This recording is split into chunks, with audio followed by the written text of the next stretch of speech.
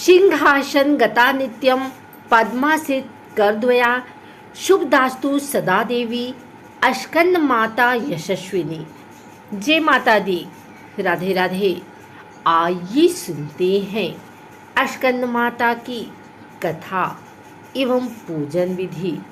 पहाड़ों पर रहकर सांसारिक जीवों में नव चेतना का निर्माण करने वाली अस्कंद माता नवरात्रि के 5वें दिन इस देवी की पूजा अर्चना की जाती है।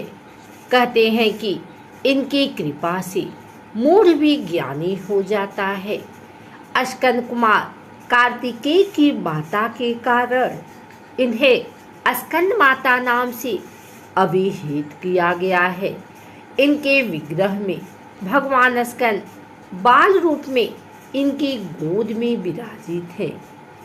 इस देवी की 4 भुजाएं हैं। ये दाईं तरफ की ऊपर वाली भुजा से अस्कंद को गोद में पकड़े हुए हैं। नीचे वाली भुजा में कमल का पुष्प है।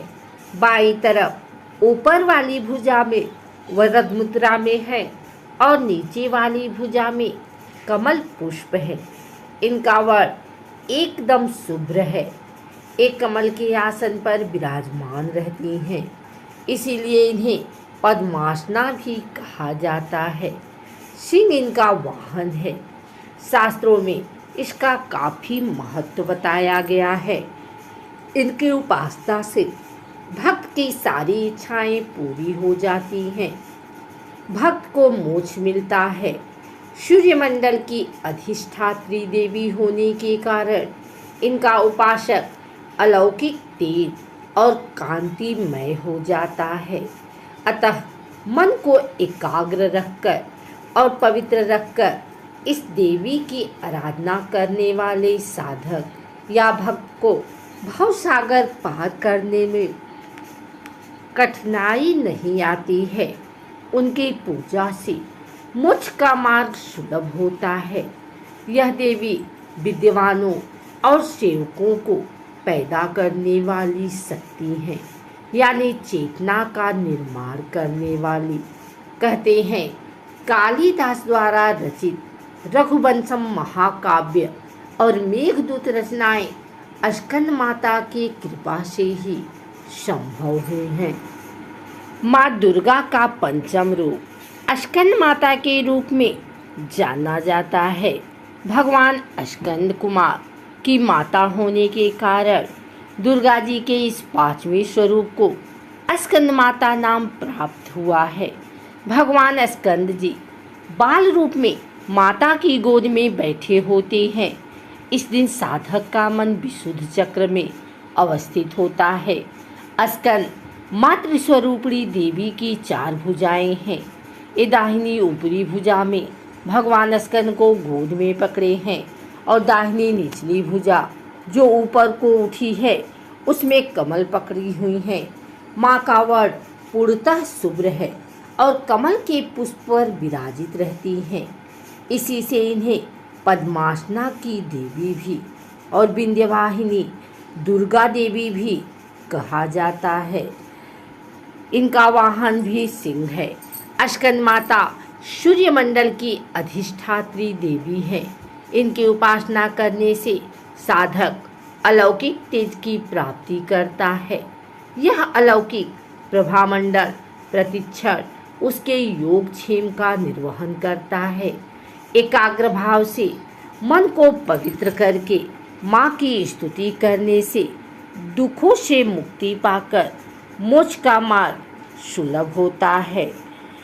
कुंडलिनी जागरण के उद्देश्य से जो साधक दुर्गा माँ की उपासना कर रहे हैं उनके लिए दुर्गा पूजा का यह दिन विशुद्ध चक्र की साधना का होता है। इस चक्र का भेदन करने के लिए साधक को पहले माँ की विधि सहित पूजा करनी चाहिए।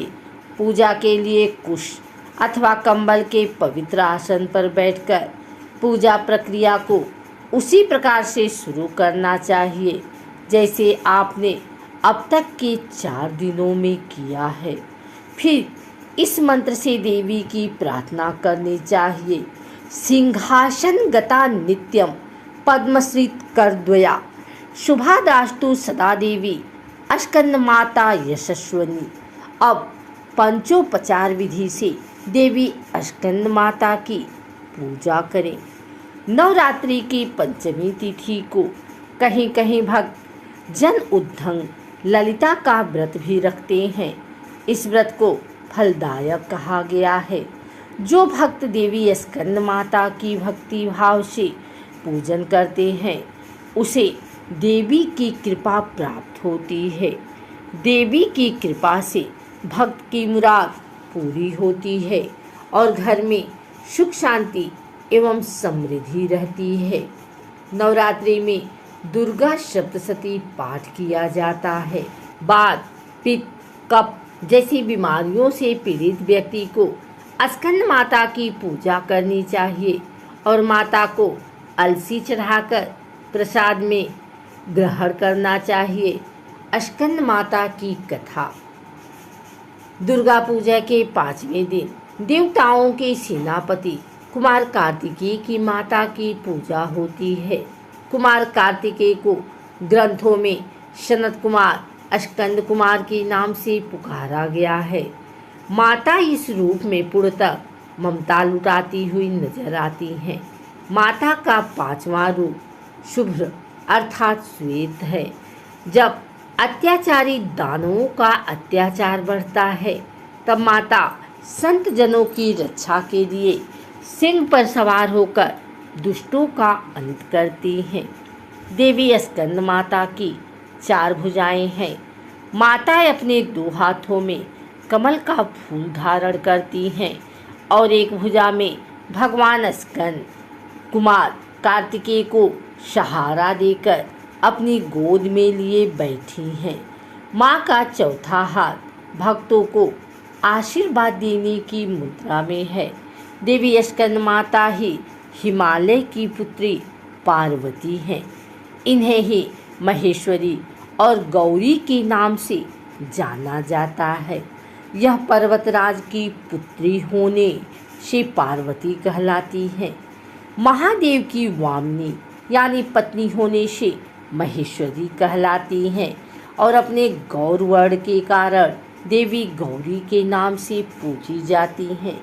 माता को अपने पुत्र से अधिक प्रेम है, अतः माँ को अपने पुत्र के नाम के साथ संबोधित किया जाना अच्छा लगता है।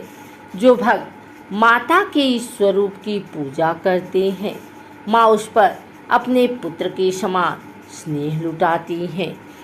भोले शंकर को पति रूप में प्राप्त करने के लिए माता ने महान व्रत किया। उस महादेव की पूजा भी आदरपूर्वक करें, क्योंकि इनकी पूजा न होने से देवी की कृपा नहीं मिलती है।